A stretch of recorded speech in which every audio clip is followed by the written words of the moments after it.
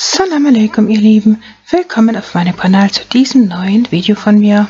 Heute kochen wir ein typisch deutsches Gericht, so wie meine Mutter es gerne mag. Frikadellen mit einer leckeren Soße dazu, zu Vollkornreis und frischem Salat gereicht. Es schmeckt sehr köstlich, Mashallah, und ist auch nicht schwer herzustellen.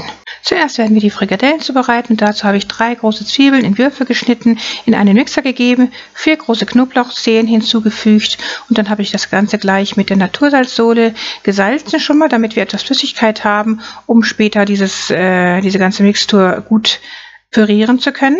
Grundsätzlich ist ja die gesündeste Weise des Salzens von Speisen immer die mit der Natursalzsoße. Wer die noch nicht aufgesetzt hat, sollte wenigstens seine Speisen mit Himalaya-Salz salzen. Und dann geben wir jetzt noch 2 Eier dazu.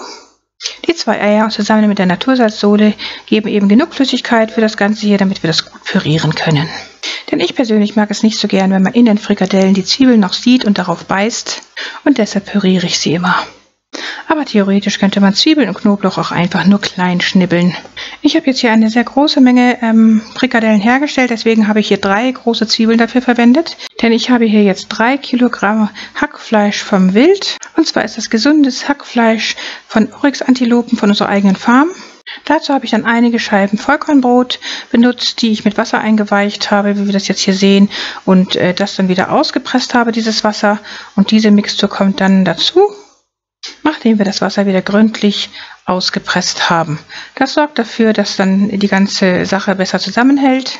Man könnte natürlich auch einfach nur Semmelbröseln dafür verwenden, aber ich nehme immer lieber das Vollkornbrot, weil es einfach gesünder ist.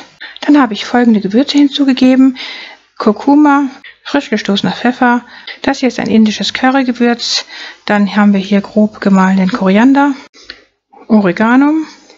Das hier ist getrocknete Minze, etwas Muskatnuss noch und Paprika. Wer der Meinung ist, dass Muskatnuss nicht erlaubt ist, der kann sie auch einfach weglassen.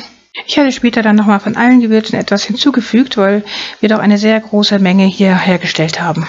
Dann hatte ich noch 2 Esslöffel Paprikamark oder Tomatenmark hinzugegeben und etwas von diesem Kokosöl, was aber geschmacksneutral ist. Das ist hier so flüssig, weil es bei uns so heiß ist.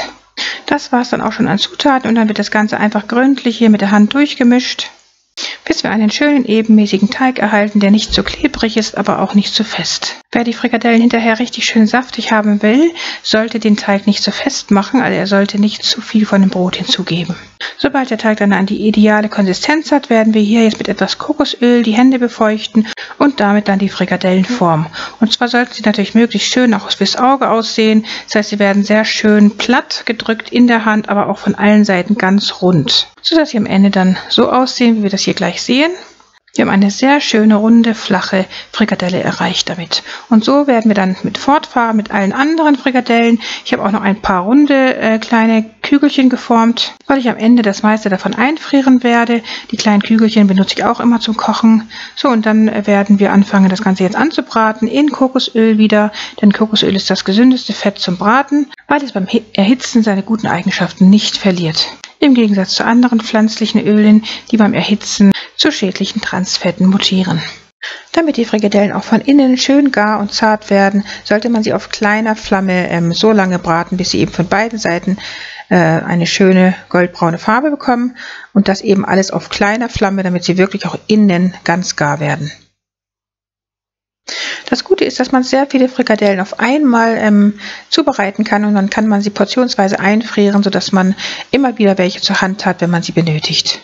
Sobald dann alle Frikadellen fertig gebraten sind, werden wir die Soße, also diesen Sud, der hier jetzt in der Pfanne übrig ist, benutzen, um daraus die Soße herzustellen. Dazu habe ich jetzt einige Esslöffel Vollkornmehl in dieses Fett gegeben, das schön mit dem Schneebesen verrührt. Habe dabei dann festgestellt, dass noch etwas Kokosöl fehlt, habe noch eine Kelle dazugegeben und dann weiter gerührt. Und zwar so lange, bis dann diese Öl-Mehlmasse anfängt etwas schaumig zu werden.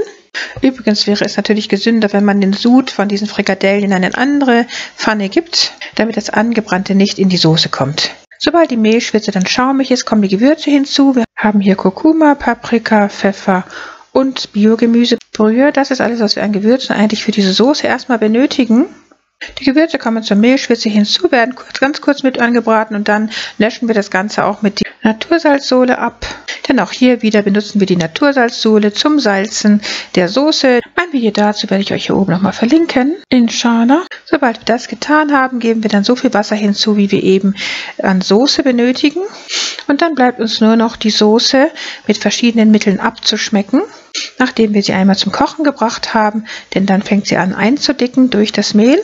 Und jetzt schmecken wir sie mit verschiedenen Dingen ab. Hier gebe ich jetzt so 2 Rinderbrühewürfel hinzu.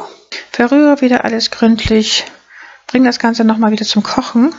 Und dann werden wir außerdem noch mit diesem Hot Chutney abschmecken. Das ist ein ganz, ganz wichtiger Bestandteil von der Soße.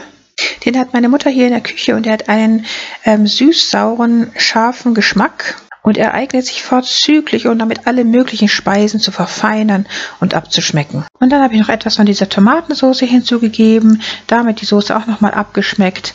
Das war es dann theoretisch eigentlich schon. Abgesehen von der Sahne, die noch hinzukommt. Ich habe hier jetzt wieder ganz normale frische Sahne hinzugegeben. Wenn man die Soße allerdings gesünder gestalten würde, dann könnte man die Sahne mit Hafersahne ersetzen. Das habe ich mir mit meiner Mutter allerdings noch nicht zugetraut, denn ich weiß nicht, ob sie sowas essen würde. Aber ich möchte dies in der Zukunft wieder ins Auge fassen, inshallah, weil Hafersahne doch wirklich so einfach herzustellen ist. Und eben sehr viel gesünder als homogenisierte und pasteurisierte Kuhmilch und Sahne. Nachdem wir dann alles gut verrührt haben, haben wir das Ganze aufkochen lassen. Und sobald das kocht, lassen wir das nochmal auf kleiner Flamme ganz kurz vor sich hin köcheln und schmecken die Soße nochmal ab, probieren, ob alles in Ordnung ist. Und sie schmeckt ganz vorzüglich, mashallah.